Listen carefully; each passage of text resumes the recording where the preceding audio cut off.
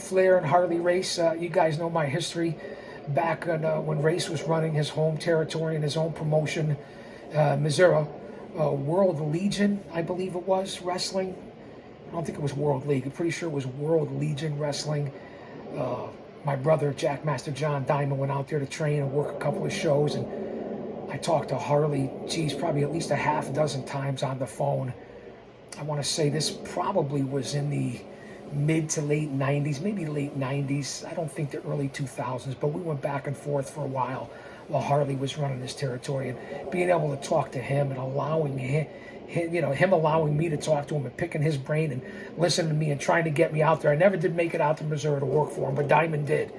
So, I mean, that was unbelievable for parts of my journey that you can never take away, that I will remember. That's better than anything, are the road trips, hanging out in the bars and the hotel rooms, and the stories, and being able to have the conversations on the phone, whether it was with Leah Maivia or Dusty Rhodes or Harley Race, Jim Ross. The list goes on and on of people that I've been able to talk to and pick their brain. You guys also know the funny story, and I'll just throw this out there. When I was, this is probably early 90s, closer to the middle 90s, up in the Boston Garden, you know, the area up there, Kowloon's, the unbelievable restaurant in Saugus, Massachusetts, that where all the boys hung out, Kowloon's. I was doing the Independence at that time and hanging out with the New England legend, Bull Montana, from the NWA territories, especially NWA New England. You know, the Boston bad boy, Tony Rumble's uncle, more or less, Bull Montana. What a legend. What a crazy bastard.